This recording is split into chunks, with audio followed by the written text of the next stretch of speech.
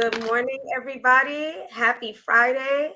Welcome to another Conversations with Asia episode where we've been on a little hiatus, but I wanted to come back very strong.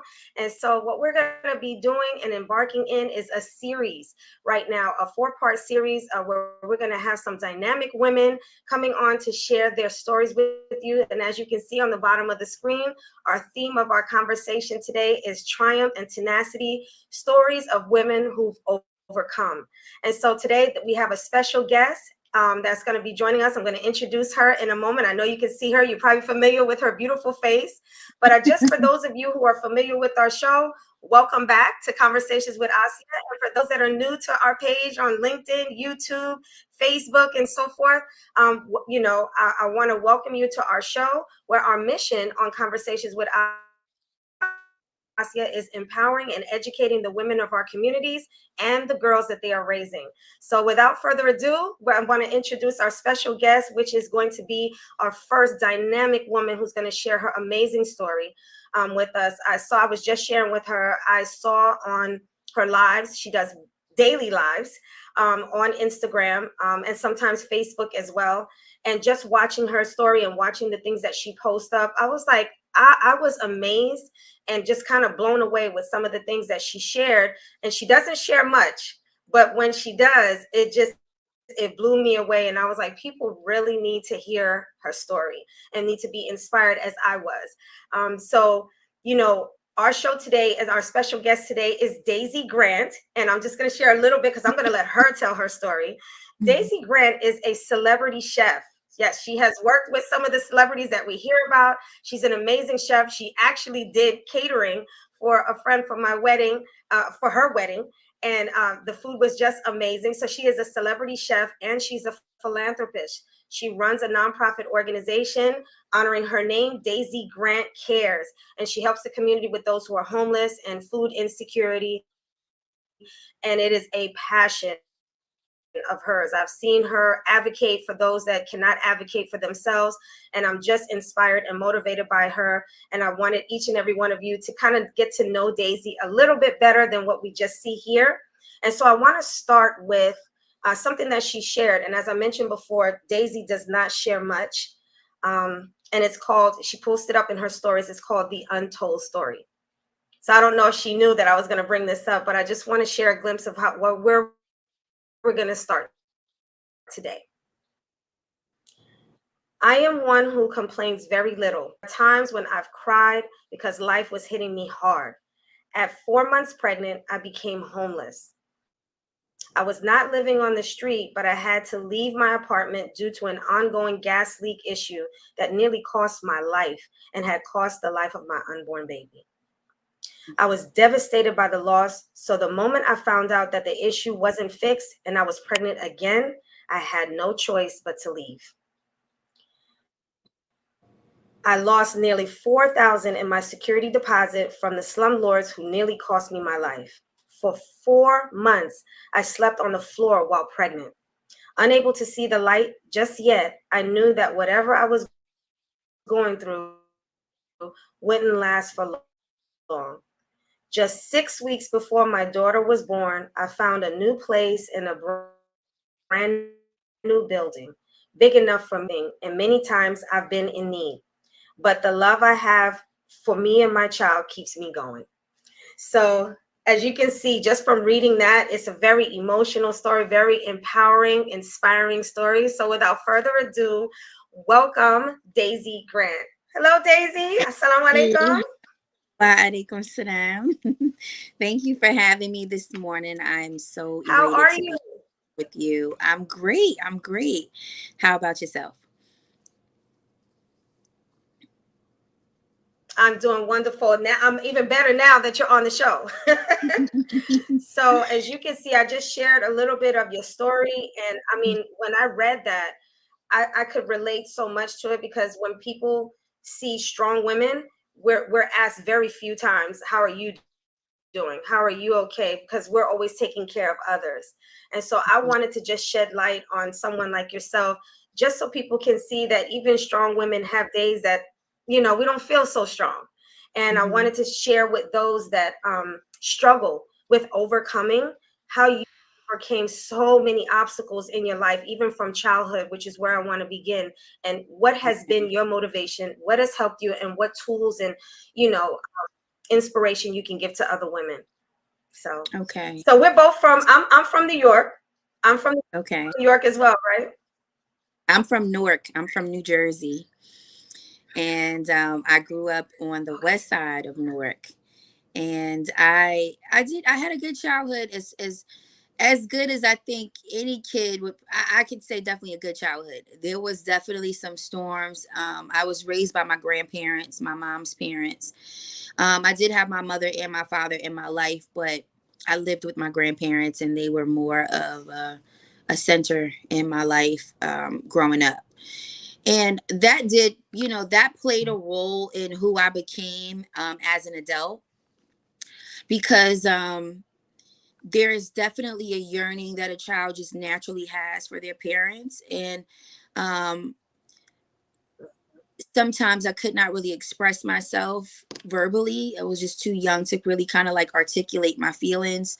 So that kind of came out in other ways of like aggression, um, and I found myself being in trouble often, very intelligent, always doing well in school. But I found myself in spaces where I was a little more challenging in the aggression area, which I know as an adult now, a lot of it stemmed from, just a yearning for my parents to be, more in my life on a day-to-day basis, living with them. And just the dynamics was not the best dynamics between me and both of my parents when I was younger. Um, my father is deceased now. My mother is like one of my closest friends. Me and my mom are really, really close today. But as a child, it was difficult. It was definitely difficult. But it helped mold. It helped cultivate the person that I am, who I am. I think some of it also is why I have this um, passion for service, because a lot of what I probably do for other people was because I wanted it so much for myself. And I just had to find different ways Mm-hmm. to kind of get what I felt that I needed. And I end up showing up being the one that has it all together because I'm more resilient than some people. I don't wear my feelings on my shoulders as much as other people. And so I think that has always put me in this category as she's fine. And that's kind of been my life, most of my life, right? Most of my life, my personal feelings weren't as significant to other people. And so going into the areas and arenas of service, I think for me, was more of a cry out than I thought it was, So that's really where I think some of my initial need to give and do for people was in that. I wanted you to like me. I wanted you to be good to me. I wanted you to, have loyalty and respect for me. So let me do for you. And then hopefully in turn, I'll get the same reciprocation. That didn't necessarily happen, but I do think that was like a starting point for why I always wanted to be in some form of service. In some form of service. I started singing at a very young age. I recorded for the first time on like a cassette tape at 8 years old. My entire family is in the I entertainment remember. business. Yeah, my entire family is in the music business. My mom sings, my grandmother sings. I have a lot of successful producers, actors, singers that some of them have Hollywood Walk of Fame stars, that are really, really Wow. big. Yeah. And so I lived my life in that space too. So before we get into that, I want to just get. I want to stay with that initial start of, how, like you said, it molded you, it made you who you are, even the struggles. And I think for some of us who have gone through some form of trauma, it's always a question of why is this happening to me, and we don't see how it actually plays a role, or the trajectory of our life in building us up to be able to have that tenacity and to be triumphant. We don't see that picture in the moment. So if you feel comfortable, I wanted to ask you, because I think you can relate to a lot of women who typically follow Conversations with Asia. Jessica Cares, my nonprofit organization. If you feel comfortable, when you said you were living with your grandparents, could you share maybe what the circumstance was that made it where you were having that, where you felt like you wasn't seen by your parents and you had to be, away from your parents and live with your grandparents who gave you the stability that you needed and that good childhood as well? I'll touch on it just a little bit. My mom was a very Whatever active you're parent. comfortable with. My mom was very active in my life in regards to, being present. Like I would see her daily or see her several times out of the week. She wasn't completely, like, she didn't abandon me. But Right. my mother was very young too. My mom had me at 21, which, you think you're grown, but you're really not. You really don't have the maturity. You really don't have, you know that when you get older. But at that point in time in her life, I just think that there was a lack of maturity, and there was also a lack of patience. So I dealt with a Mm, very aggressive version of my mother. um, and my grandmother was like a safe haven for me. She was a safe haven for me. um, my mom went through some personal issues in a relationship that for me was traumatizing, and eventually my grandmother was like, I begged enough, I need to live with my grandma. Like I just begged enough to live with her, and that essentially became my life from very, very young. So I remember distinctively, I probably lived with my mom a total of 4 years of my childhood collectively, not all consecutive, but collectively in my childhood, I've lived with my mom maybe like a total of 4 years.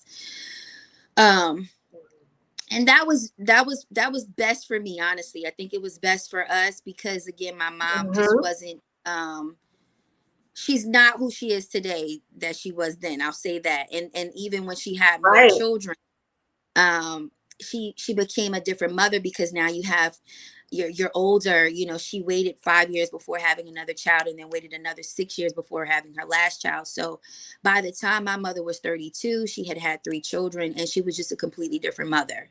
So my brother and my sister got a different version of her, because she's matured, she has more patience, she has more understanding, she's a little more intuitive. Some of the things that I didn't get, they got to receive from her. So I think it was in the best interest that I was with my grandparents. My father um was an older man. My dad was about 13 or 14 years older than my mother. And Oh, wow. my dad was also my dad had a lot of children. My dad has about 8 or 9 other children. So as you can imagine, he was stretched thin. And he had that amount of children with about 7 different women. Okay. Um, Mm-hmm. so my dad was also stretched thin. As much as I know that he loved me and cared about me, somebody's going to get neglected in some area, and I got neglected in a few areas. But I'm grateful because never once did he shun me. So if I ever wanted to be with him, if I ever wanted to see him, if I ever wanted to, I spent all of my weekends, I spent all of my summers with my dad. um it was never a time that I was denied access to him in that capacity. But he also was a drug addict, so that also has its effects. And Absolutely. some parts of him was just unavailable because of his addiction. And so that was also difficult. That was difficult. As a kid, I will say that I was grateful that I didn't know that he was an addict. I didn't know that. My mom never Oh, spoke on it. My dad never spoke on it. And because I was raised by my grandparents, drugs was not even in the house at all. So it was like I would go to Prince right. Street and I'll be in the projects, and I couldn't even him not and just, oh, my dad just sleepy. He just tired. Like, it's not registering Oh, to me yeah. that this is a side effect of His his youth. reality. And his and I will say, like I said, he was always present enough that if I wanted to be with him, I could. But he Right. wasn't financially supporting me. You know, he wasn't always emotionally available. There was times where he was docile, you know, in his interactions, but um I still learned a lot from him, and I was daddy's girl, and I love my father, you know. And I wouldn't want a different dad, you know. I wouldn't want a different set of parents, for sure. Like, I love my parents, but I did go through a lot as a kid because I desired something that neither one of them were quite capable of giving me at the time. And so I found myself being like a hermit. I found myself being very introverted. I found myself being very guarded and being very, very protective of my space, of me as a person.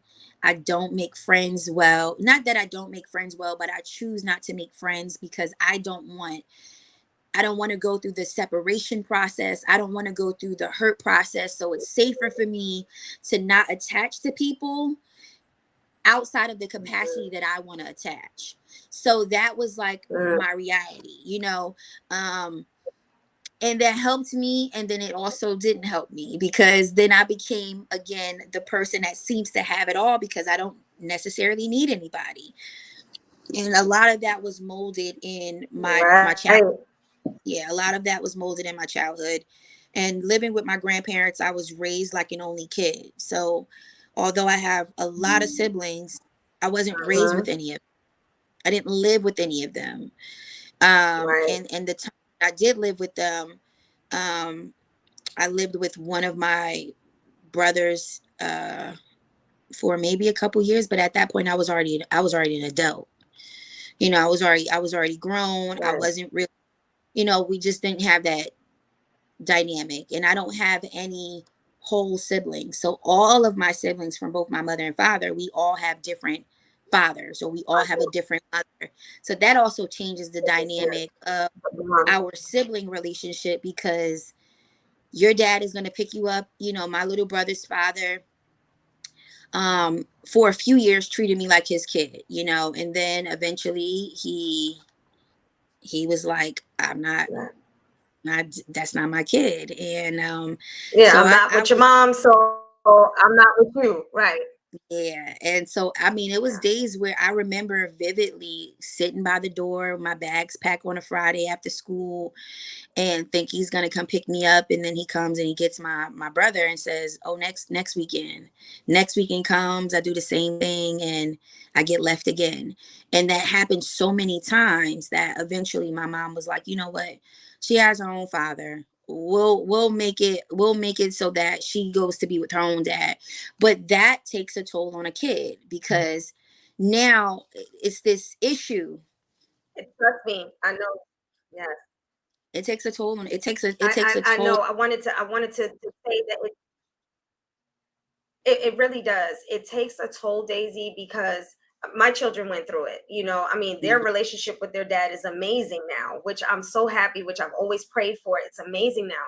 But when me and their father, you know, divorced, he was not in the best space, you know, because he was hurt. You know, divorce, no matter who asked for it, it's a painful process for everyone involved, and Mhm. he didn't know how to manage his emotions in a healthy way. And so my children went through the same thing, and it is heartbreaking seeing a child sitting there waiting, and that person doesn't come and get them, and then you're left to try to, you know, make them feel good, but you can see that hole, you can see that void, you can see that pain all over their face. So I can just imagine.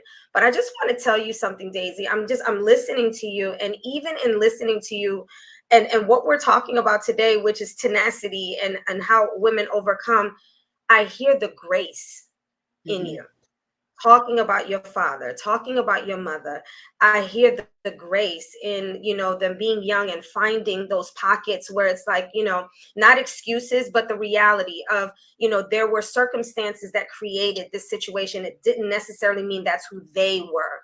And I Right. love that about you. And I think that's something that we as women, as young girls, when we're going through something, is looking and seeking for the, for the grace in the situation. And I love the fact that just in you speaking, I could hear it, Hmm. about your parents.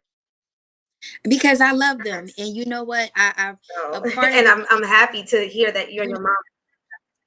Yeah, I love my mom. I love my mom. We're a lot alike, and then we're also very different. So the parts that we're a lot Right. alike could be a good thing or it could be a bad thing. But when you go through, well, for one, I got on my own. Now I've been working and I've been employed since I was 14 years old. And I had to bear a lot of responsibilities, Hmm. when it came to helping my mom when I was younger. And then at one point in time, my mom financially cut me off. Me and my mom didn't have the best relationship. So all throughout high school, I took care of myself. I took care of myself. I was in a relationship throughout high school, and the guy that I dated was also taking care of me. Like if I needed clothes, he bought my clothes. If I needed shoes, he bought my shoes. He fed me every day. If my hair needed to be done, he paid to get my hair done. And this was also another kid. Like we were forced into situations that required us to live a lot quicker than we probably should have lived. But I'm grateful for those moments because it definitely has molded me and it has made me that much more resilient. And I do have some empathy. Being a mom, even more, far long before I even Hmm. became a mom, I gave my parents some grace. But once I became a mom, I had to give even more grace, and I had to be even more considerate of the time that they were living in. At 21, I thought I knew it all too. And I know for sure I probably wouldn't have been a bad mom, but maybe I wouldn't have been any better than my mother if I would have had my child at 21 versus having her at 29, 30. So that makes a total difference, because I can look back at my life at 21 and see, even though I might have been mature for one, you still a baby, and you really are still just starting to kind of like see the tip of the iceberg. You're not even really getting to the meat of life at that point. And then to bring in a new life, you're usually just not as equipped as you could be. So it I made me had a little I more had my empathetic. oldest. Yeah, I had my son, my oldest son. I have three children. I had my oldest son at 21. So when you mention 21, it's like, okay, she's an adult. But let me tell you, the 51-year-old Asia today is totally a different parent than I was at 21, 24 when I had my daughter, and 26 when I had my son. I'm a completely different mom. And it's like you're saying, you're an adult by age, but emotionally, mentally, spiritually, professionally, you're on a different page. And the way I parent today is completely different from how I parented, and not to say, when you ask my children, they'll tell you, you were a good mom, but definitely you're an improved mom today. And so yeah, like you said, having a child at 21 and versus when you had your daughter, it really makes a difference in how you parent and how you look at the world and how you respond to things. So I love the fact that even in having it, it gave you even more grace for your mom. So you said Of course. something, and I definitely wanted to touch in on this because in growing up, there's so many facets to you, Daisy. I'm gonna try to capture it all, but it was something that I learned about you just from you putting up certain things, which, like I said, you are guarded, as far as you're very selective of what you put up and what you let people in. And one of the things that you mentioned was music being in your life, and I find that with those who have music or gifted in music seems to be an outlet, a way of expressing and releasing some of those things. I had no idea, Daisy, and I got to listen to your music. And let me tell you, for the viewers that are watching, because I can see the viewers, Daisy can sing. Okay. So I did not know that about you. So how did that Thank come about, with you getting into the music recording. I've seen you with some of the celebrities that I absolutely love. So tell us that journey and how it did help you. I know that that's what I've seen, but did music help you in some of the things that you had gone through? Well, writing was always a thing. I don't remember not singing. I don't remember my life not singing. If I can go back as early as I can recall some memories as young as one. I can recall some memories that young. I was talking in full sentences by 1 years old. I was in school by 2. I was a valedictorian of 2 schools by 4. I took standardized testing and I tested in the top 5% in the United States at 4 years old, reading at like a third grade level. So I was a very, very intelligent kid. I was very, very Yes. intelligent and I was very advanced. So I remember always writing and singing. And it used to be funny to the people that were like my teachers in the daycare that I was in, because they would put me in a corner and I would have a full concert by myself, and they would think it's the cutest thing that I would come home and get spankings No, that's right. because I got, I was in the corner. But Oh. they would tell my mom, like, oh, she's in the corner and she's singing, and that's just what my life was like. I would sleep and I would dream songs, and I would wake up and my Mhm. mom would say, write it down. So I've been journaling as early as maybe like 4 or 5 years old. And that was my expression, because I did hold a lot of emotions, and I was fearful of I was fearful of my mother as a kid. Um, Certain things I just could not Mhm. express, so I would write it. And that's where the music really, really became an outlet for me, because I was expressing myself in the songs, I was expressing myself through the melodies, I was expressing myself in the words, Mhm. and that was a relief. I actually got noticed by a school teacher. I was going to Lincoln Elementary School in Newark, and the music teacher, her name was Mrs. Talmadge, I believe that's her name, and she noticed that I could sing.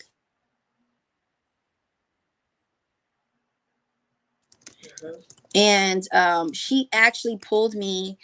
I think I was in second grade. I wasn't old enough to be in the school choir, because you had to be in third, fourth, and fifth grade to be in the choir. But I sang so good that she needed to use me.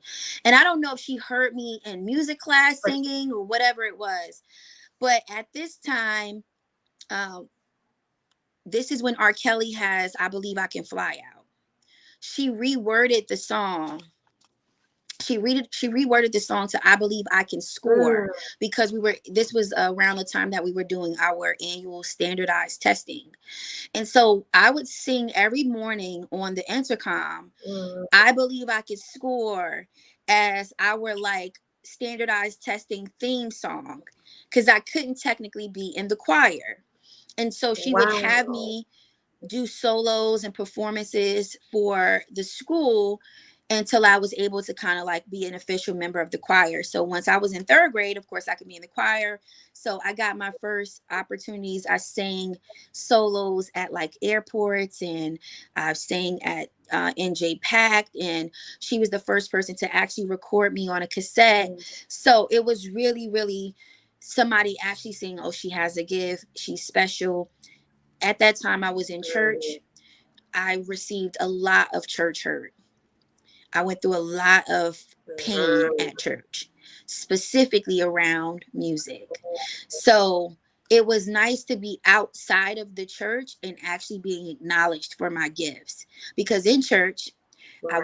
I wasn't acknowledged. I was told that I couldn't sing. I was, you know, I never could get a solo, and if I got a solo, and there was other children in the church that were constantly being the ones that was being brought up to sing. They were the ones that was always getting the praise and the accolades. And then it was like, I even had the choir director even said to me one time in choir practice in front of everybody and completely embarrassed me and said that I didn't know how to sing.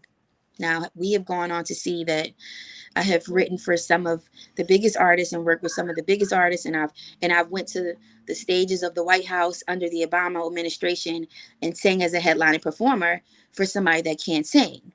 So I went through a lot of that, and again, still building Mm. up some thicker skin, still building up some tougher skin. It also added to Mhm. my level And I'm of taking notes here. I want to say my separation with people. You know, I started to continue to keep those blocks up, not letting too many people in, because when I would let people in, I felt that I was put in a vulnerable position. I felt like I was being put in um a rock, between a rock and a hard place, and I'd rather not be between a rock and a hard place. I could actually stay on this side over here and be just fine. So that was just the way that I kind of like lived my life.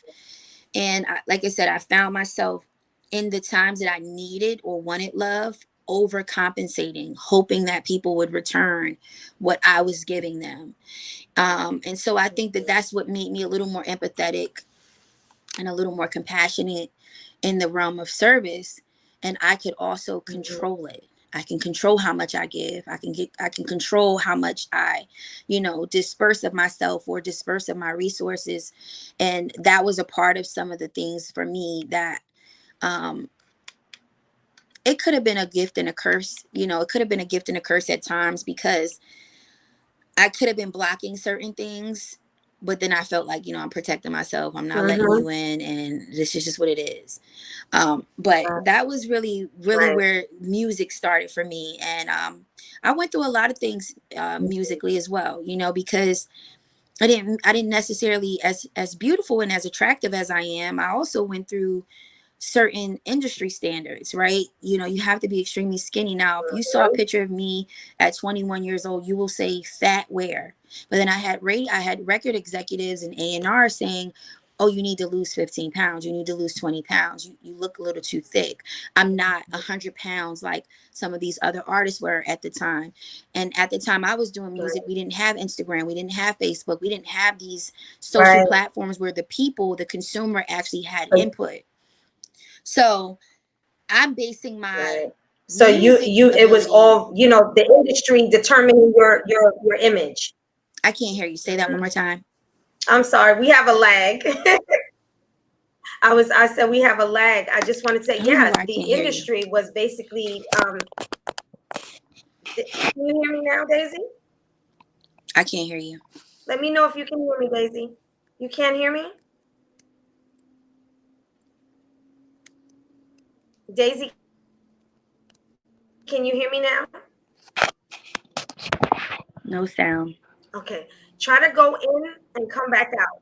Okay, hold on. All right. Let me try to go in and come back out. Yeah. Okay. So we're just having a little technical difficulty. I can see that we were having a little lag. I can hear her, but it was delayed when she could hear me. So she just went in and she's going to come back in. She just went out. She's going to come back in. So hopefully we'll have a better interaction. We were really having some really good discussion about her life, her childhood, and getting to know where Daisy is now and who makes up Daisy. So having a better understanding of how she interacts and so forth, and I can so totally see the picture, and I can relate to a lot of the things, and I think some of you can also relate to some of the things that she's saying.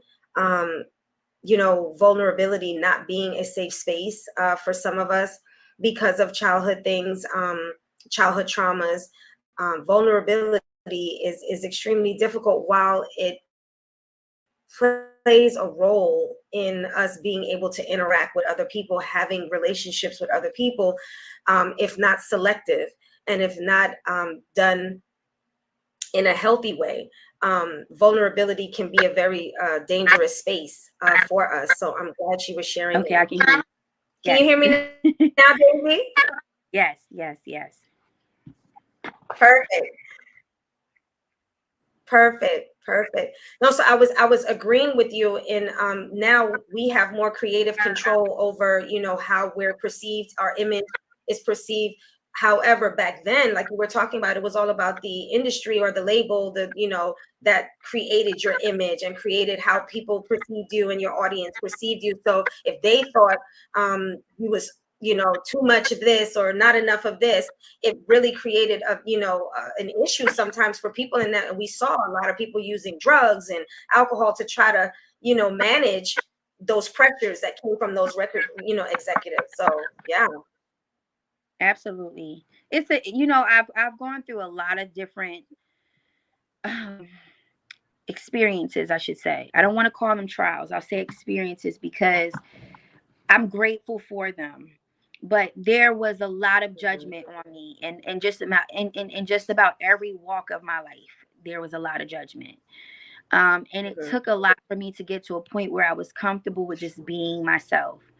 What has brought me to where I am today is that I've gone through some life Mhm. changing experiences that I had to get to the point where it's like, I'm not here to please everybody. I can't do everything for everybody. I can't be for everybody. I can't satisfy everybody because I've tried it and I've depleted myself. I've tried it and I've hurt myself. I've tried it and I've disappointed myself. I've tried it and I've set up these expectations that other people were not able to achieve and reach to satisfy me. So I'm in that space in my life where it's like I have to do what Right. makes me good. And even now I still have my For hangups me. where I can be like a people pleaser, as confident and as assured of myself. I still Mhm. have the wanting people to accept me or wanting people to know that I love them by overcompensating or doing more than I really am able to do at that moment to try to be available to them.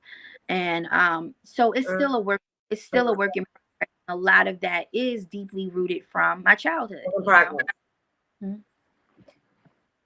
Yeah. Yeah.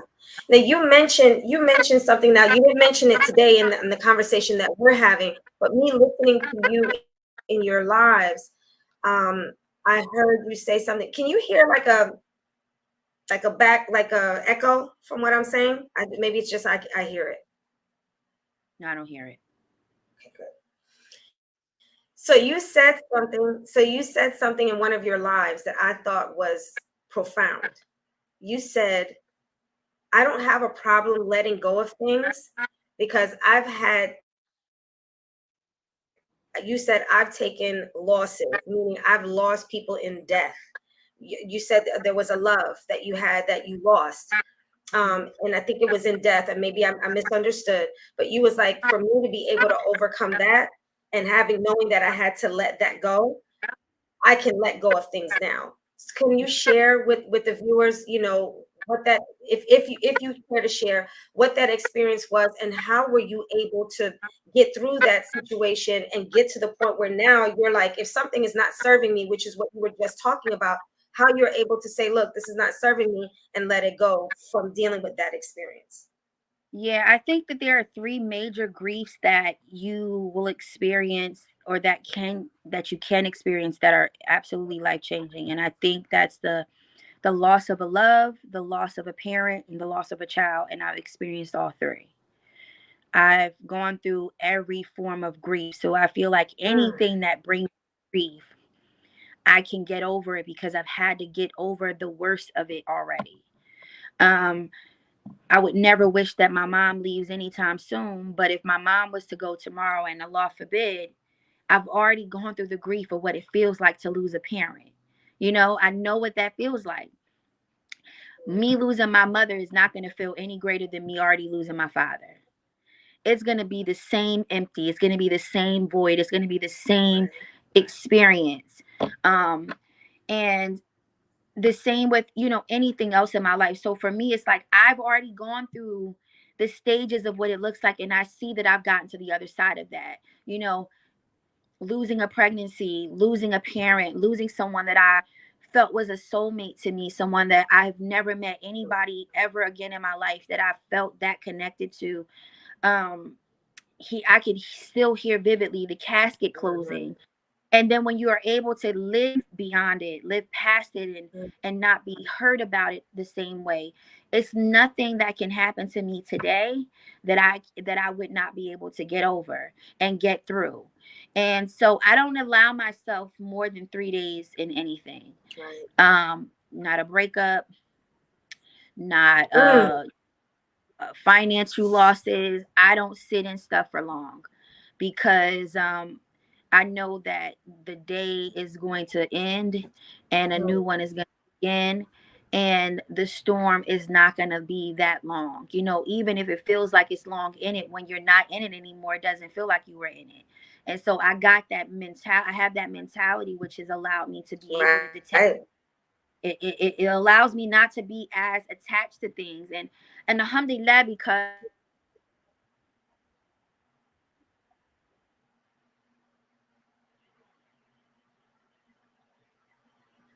Now I can't hear you.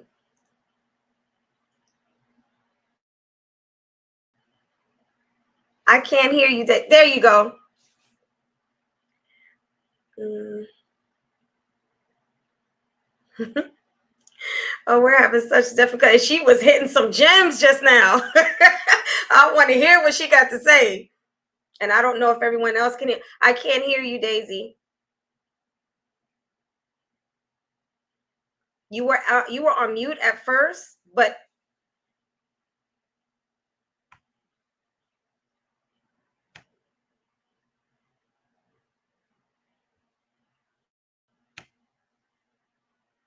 I'm trying to unmute you and see if okay, can you oh, we're having such difficulty today. She was hitting on some gems. She said something profound about not sitting more than 3 days in something, and not being attached so much to outcomes. And I love that because I have a dear friend who actually said the same thing. So I'm just going to be talking while Daisy kind of gets back. She's going to come back in like she did before. I had a friend that just recently told me that she lives in Bali, a close friend of mine for over 20 years, told me she's no longer attached to outcomes. And these are just coping mechanisms that those who have gone through. She lost her husband, who was her high school sweetheart. Same thing, a death that was just profound, and she was able to find a healthy space and a healthy way to be able to overcome. So can you hear me now? Can you say something, yes, Daisy? I'm here. I'm here. Okay, we can hear you now. We can hear you now. So please continue. So I was saying that, you know, I've gone through some great losses, and I was able to manage, you know, on the other side of that. And because I've gone through those great losses, I know that no storm is going to be forever. You know, I know that on the other side of that is going to be a day when the sun is going to shine, the rainbows are going to be out, and I'm not going to have the same grief and not going to have the same anxieties. And so I don't hold on to things the same way, you know. And I appreciate my relationship with Allah because there's certain things that I just understand better because of my religion, and because, you know, there's a formula, there's an antidote, there's an answer, and I use it to the best of my ability. So some people are like, well, how do you do this and how did you get over that? Well, Allah already written it for me. I know that it's not anything that he's going to bring to me that he's not going to bring me through. I think that whatever storms that he's going to bring into my life is for my benefit, is for my good. And that's the mentality that I carry. Doesn't mean that doesn't mean that things don't get heavy. It doesn't mean that I don't cry. It doesn't mean that I don't feel sadness. It just means that how I internalize everything is just different. My outlook and my perspective is different. Right. And that helped mold me, and that has helped keep me going, and that has made me who I am today. Um, and for some people that, you know, they admire that strength and they admire that willpower, you know. I know that everybody is not as, you know, strong as and I don't really like to say that I'm a strong woman because I don't believe that, but I understand that my strength is in my resilience, right? So I know that there are a lot of women and a lot of people that wish to have been or wish to be resilient in the same capacity. But you know, I live Mhm. my baby, and I stopped allowing other people's opinion about how I should feel things and how I should see things and how I should experience things. I stopped That's letting it it. have, you know, have presence and precedence in my life and jurisdiction over me. So That's amazing. As you've been talking, Daisy, I've been writing down gems that you've literally been dropping, and I want to make sure that we recap them before the end of our conversation. And with everything, I mean, we've talked about childhood, we've talked about how you use a gift that you were given in order to be able to release and to be able to express yourself in a capacity where you didn't feel you could express yourself in another. Utilizing the emotion and the feeling of gratitude, and grace in the situation. And there's so much more that I've written down. But you also said that one of the things that it helped you to do, and it's something that you are so passionate about today, and I really want people who don't know much about it, it's not so much about the people pleasing, but you were saying, the thing that I didn't receive, I wanted to give. And you do something through your, not only your gift of being able to sing, but you also have a gift of cooking. And I know for me, that's what I do with my children and my family and those that I love. I love to cook for my family. It's a way that I express my love. And it's nothing like food that got love in it. So That's you true. have a catering company called Yeah. Halal Soul Catering. I've experienced it. My girls from my nonprofit organization have experienced it. A dear friend of mine, she just had her wedding. She experienced it. And I would love for you to talk about Halal Soul Catering, as well as your philanthropy work that you do that I admire, which is Daisy Grant Cares. It's something that you are very, very passionate about, as you should be. I think it's amazing work. Please tell how you not only have overcome the things that you're doing, but now you're also helping others who don't find themselves in a situation where maybe they can help themselves. So tell the viewers about Halal Soul Catering and Daisy Grant Cares. So Halal Soul Catering, it's a baby that birthed from my mom became a widow when my youngest sister was 10. And at that point, I stepped in. I was always like a second mom to my mother's other two children, and I helped out financially a lot. But at that point, it was like really imperative that my mom needed the support. And my sister was excelling in school. She was inducted to the honor society. She was, you know, made a student ambassador. So I started selling dinners so that I could raise money in order to send her to Europe for 3.5 weeks. And a lot of people support. We were able to raise, I think, half of the money.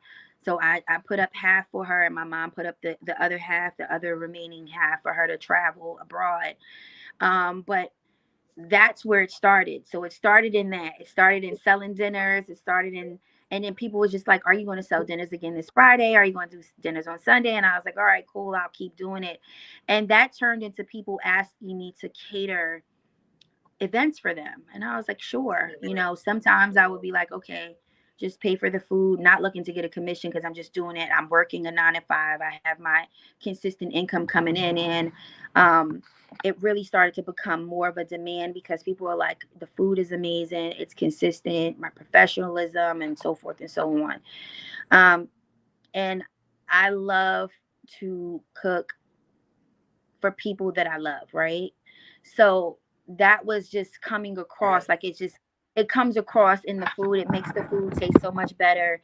Um, and people, like, even with my macaroni and cheese, it is like a signature dish that I make, and I've had so many people say, like, you are literally in my top two. Well, I haven't had any better. And people ask for the ingredients. Mm. That I'm using the same salt and pepper you using, but it's the love, it's the passion. It could be a little bit of the chemistry. It could be a little bit of how I might layer this flavor with that flavor, but still the ingredients are simple ingredients. It's not like I'm doing extremely special, but what makes it special is the intention, and it's the love, and it's the care behind it, and it's who's making it. So I started to feel like, okay, this is something that might actually be something. And I also was working a job that I was just not happy in. I never felt that I was a woman or person that should be working for anyone else. I've always been a leader. I've That's right. always been a thinker. I've always been very, very studious. I've always been what so many people like to call me a know-it-all. I don't think I know it all, but I'm always a student. And so because I keep myself in a student That's right. position, I always know something, or I'm always willing to learn something. And I'm like, I can't be under people that always want to undermine me because they're not secure in their job, and they're not secure in their position. And I said, this is not going to work for me. And I prayed and I prayed and I prayed. And I was like, I need a way out of this corporate life. I'm not happy here. And Allah opened up a door for me. And when he opened up that door, I ran with it. I ran with it. And I Yes. said, I have to do this. I started my nonprofit before I started my catering business. And again, I'm preparing this food. I'm going out and I'm feeding 250 people. I served at North Penn Station, and I'm providing them macaroni and cheese, fried chicken, potato salad, baked beans, uh, string beans. Like, I'm giving them a full Mm, course meal. And I believe in packing plates. Like, I don't like stingy plates, so I'm packing plates with food.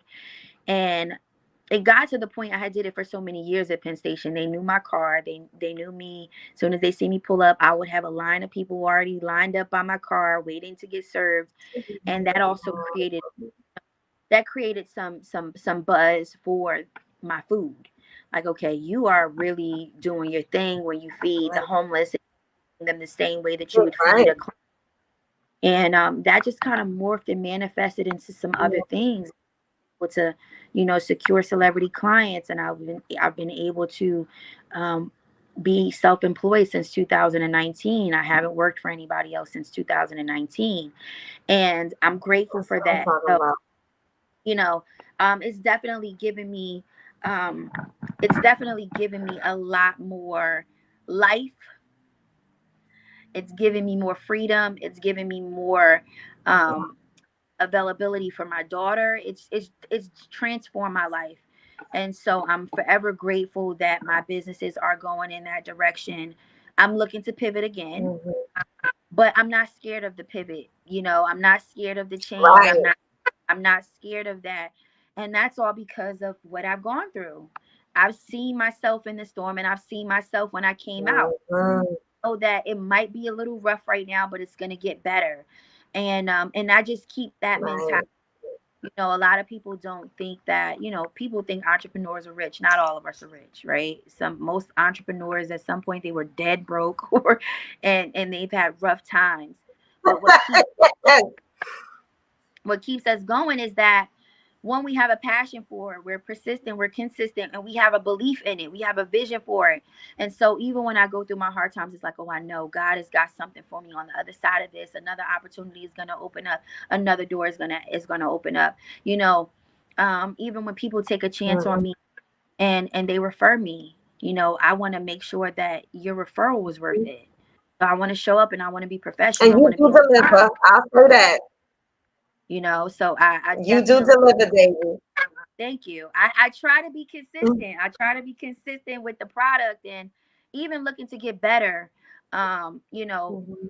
even looking to get better. But I'm grateful for what I've been able to accomplish, because just some years ago, I probably, I envisioned it, but I didn't think I would be in it. And now I'm actually living it. And now I have new visions and I have new dreams that I'm looking to reach, and I'm looking to acquire for my life, that I believe is going to happen. Maybe another 5 years from now, we'll be having another live conversation about how I'm this multimillionaire and how I'm living in this side of the town and I'm driving these kind of vehicles and my Right. daughter's kind of school. That could be the next conversation, because I have new visions and I'm ready to pivot, and I'm grateful, Inshallah. inshallah. So but I'm grateful because literally my storms have made me this resilient. It has made me this hungry. It has made me this passionate. So I'm grateful for every single thing that I've gone through. Mm. I love this. And as we're getting ready to close, I mean, you just kind of took me to our close right here, because what I'm hearing from you, and I think this is the message that I really want our women and our young girls to feel like. Sometimes when you're in the storm, you can't see the light yet. Sometimes when you're in the storm, you don't see what the purpose, or why am I going through this? Is this, how am I benefiting from what it just seems all bad. And if anything that you took, the viewers that are watching, anyone that has taken anything, I just jotted some notes down. Some of the healthy things that Daisy did in the midst of the storm, not after the storm, but even in the midst of the storm. One of the things that I noticed that Daisy did was she journaled. I journal. I've been journaling since I was like 7. I journal. My daughter journals. I mean, it's something that I've passed on, and I still do to this day. Journaling is such a beautiful way to express without judgment, and just sharing your feelings and being able to review them and say, was I in my emotions? Was I in my feelings? How could I look at it differently? So journaling is a beautiful way of being able to grow. So journaling, if you're not journaling, that's a tool. It's a healthy tool to be able to release, what you're feeling in the moment. Number 2, you said not allowing someone to destroy you. So even when that you went through something with the choir director that was saying, oh, you can't sing, and try to humiliate you, you was like, I'm not going to let that person destroy this gift that I gave. So having the wherewithal to be like, I have a gift and I'm not going to let anyone take that away from me, whether they see it or not. I see my gift. That was another thing that I jotted down in everything. Number 3, the other thing that I noticed through everything, and this is something that our faith in Islam teaches us, which is being in a state of gratitude. Even in the midst of going through something, you found grace and you found gratitude, even with circumstances that were difficult. And in our faith teaches us that when you are grateful for what you already have, Allah gives you more. So, and we've seen that He's giving you more. He's giving you, grace in your life and giving you opportunities upon opportunities. So, gratitude, not staying in a space that has hurt you for too long. You said after 3 days, we're like, I'm out. I'm not going to stay in this space. You give yourself moment to grieve. You give yourself moment to feel what you're feeling, which I love. And we have a comment here, beautiful, positive, and inspiring. So you are inspiring someone right now, Daisy. So 3 days in anything, you're like, after that, it's a new day. There's, I have life. Allah has given me life. So I need to move on. So what I love is that you acknowledge the fact that you can grieve. You can acknowledge the hurt. A lot of us try to just move on and act like it didn't happen, and that's not healthy. So the fact that you do give yourself grace to grieve and feel what you're feeling. Number 5, you said your faith. Your faith has played a huge role in that, knowing that Allah has already written it. And if Allah put you in this situation or have allowed this situation, He has allowed a way out of the situation. So I love that. So that's number 5. And last, you said you stay prayed up. I tell my children this all the time. Praying is the weapon of the believer. So you've stayed prayed up and you prayed for this, and Allah has answered your prayers in that. So those were the 6 things. And then with everything, you allowed yourself to still be in a place of service. So I wanted to share those closing, tips. If they didn't catch them, I was like, I wrote them down, and I just want to say what I took from the conversation. And as you can see, we have viewers that said beautiful, positive, and inspiring. So I'm so grateful for that. In closing, I would love for you to just share a final thought with our viewers, something that you want to share with them, and then where they can find you, whether it's for catering, whether it's to support your nonprofit, how they can donate to it and support what you're doing. Please share with everyone how they can do that, and final thoughts. Oh, well, I love the wrap up that you just did. I would just say honestly, be authentic to who you are. Be exactly who you are. I think if we spend more time being ourselves, not concerned about everyone else, we'll live a happier life. We'll live out our purpose. We'll find our purpose if we don't know our purpose. And I think the more you become okay with where you are and accepting where you are, the easier it becomes in your journey. The reason why I'm able to enjoy the present is because I don't live in the past. I'm not allowing the past to dictate today, because if I do, then I won't see tomorrow. And even if tomorrow comes, I'm technically not there because I'm still living in yesterday. And so I allow every single moment right now to be its own moment, and I live in it, and I do what I believe I'm supposed to do without other people's opinions dictating me, and that's probably the biggest word of advice. It's lonely when you have a vision, because God don't give the vision to everyone. Allah does He doesn't give the vision to everybody. So if Allah has given you a vision, act on your own vision, see your vision through, See it through, see it through, see it through. There will be an unrest if you don't, and I'd rather you not be unrest. I'd rather you see it through and fail than to not do it at all. So that would be my final words. That's it. If anybody wants to follow me on social media, you can find me on Instagram and Facebook. My name is Daisy Grant on both sites. If you would like to support my nonprofit, you can visit my website, which is daisygrantcares.com. You can also donate via Cash App, money sign Daisy Grant, via Venmo at sign Daisy Grant, and Zelle, daisygrantcares@gmail.com. Also, if anyone wants to support Halal Soul Catering, you can follow us on Yes. Instagram at Halal Soul Catering. And if you would like to book with Halal Soul Catering, you can email tasteful, FULL, Halal Soul Catering at gmail.com. Yes. Thank you so much, Daisy.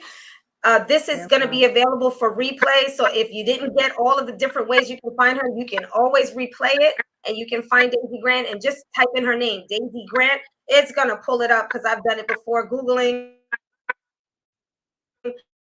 I've referred her. I've used her services, and yes, she does deliver. So, and her please, she's been featured on the news. So her nonprofit organization is truly being impactful. It is helping. And if you want to show support in helping her be even more impactful in the community that she's serving, please donate and help her. It takes a lot to feed a lot of people. As we know, prices have gone up. So please support the wonderful work that she is doing. Follow her, support her, volunteer if you can to help. It really makes a difference. I know as a nonprofit organizer, all the help is necessary. So please continue to work. And thank you so much, Daisy, for dropping, gems upon gems this morning. So I really appreciate that. And I look forward to, inshallah, 3 to 5 years. We talking about that pivot that you was talking about and seeing where your life has changed and continuing to inspire and motivate others. So that's what we have for you today at Conversations with Asia. Stay tuned next week. We actually have another amazing sister coming on, Sharia Schultz, who runs her own nonprofit organization called Buddy Speaks. You're going to hear all about what she's gone through and how she's been able to overcome. And I've personally seen the transformation. So stay tuned, be continuously inspired, be impactful, and be intentional with everything that you are doing. So whether it's big or small, even if it's just a smile, be impactful. You never know the difference that you can make. So thank you so much once again, Daisy, for being impactful on our show today and inspiring those. As you can see, they've taken away from what you've given. So continue to be blessed, and may Allah reward you in all and everything that you do. Likewise. Ameen.